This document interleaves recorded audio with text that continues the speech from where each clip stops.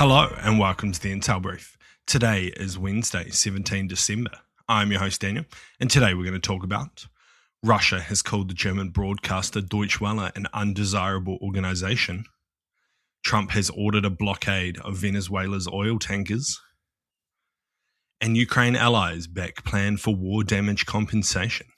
So firstly, Russia has labelled Deutsche Welle, or DW, an undesirable organisation, and what the German international broadcaster called an effort to suppress independent reporting. Russia regularly designates entities and it says undermines its constitutional order and national security as undesirable. The law specifies prison terms for up to 5 years for funding such activity or 6 years for organising it. So what? It's pretty unsurprising that they've called DW an undesirable organisation. It's essentially like labelling them a terrorist organisation in the West. You can't give them money, you can't work for them, you can't support them.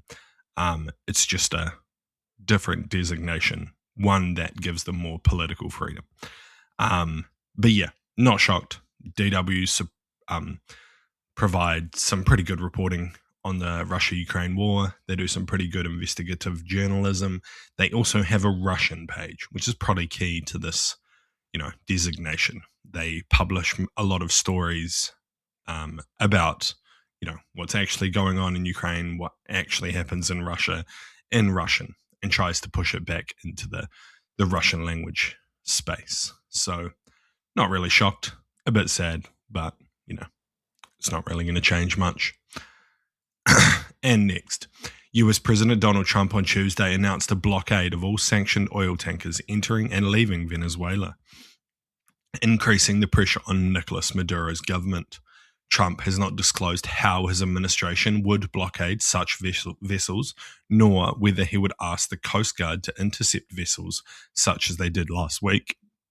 The US has already deployed thousands of troops nearby and dozens of warships, also an aircraft carrier in the region.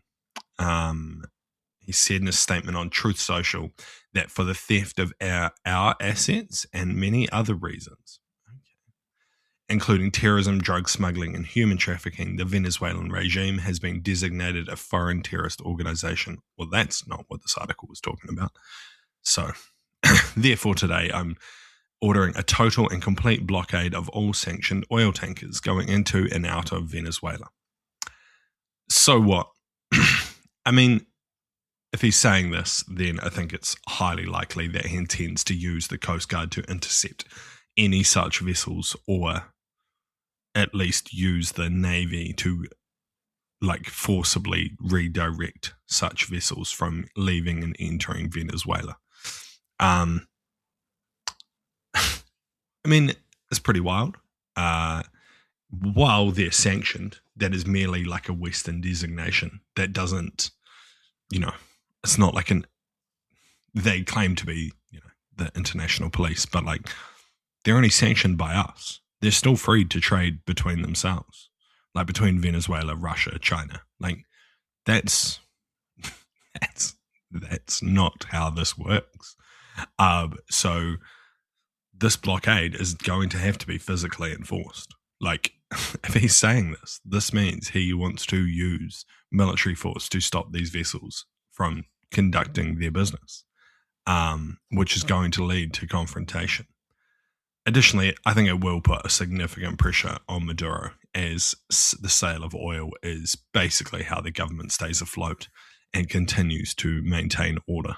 It's just another step in a bit of a regime change, I guess. And lastly, Ukraine and 34 other nations have agreed to set up a compensation body for war damages caused by the Russian invasion. The decision was announced today in The Hague, where President Volodymyr Zelensky urged strong international backing so victims can be compensated. The Council of Europe will oversee the International Claims Commission, allowing Ukrainians to file claims for losses since February 2022. So what? I mean, to have a good chance of getting money back, you need to win the conflict. So I think Europe should not get ahead of themselves. If Russia's going to pay anything, you have to win. You have to put them in a position that, they don't have a choice. And you also have to ensure that you don't do what you did to Germany at the end of World War One. Like, you need to ensure that whatever decisions are made at the end of this conflict, they are long lasting and ensure peace, rather than put the country in a position where their only alternative is to go back to war. So, I don't know. I think this is getting a bit of ahead of ourselves. I think we need to focus on, the task at hand and supporting Ukraine in the conflict, rather than talking about what we're going to do after the conflict, because we're not even fucking close to that yet. It just seems a bit ridiculous. But yeah, anyway, that's been your Intel Brief. I've been your host, Daniel, and I'll see you again tomorrow. Maybe. I could be very hungover. See you.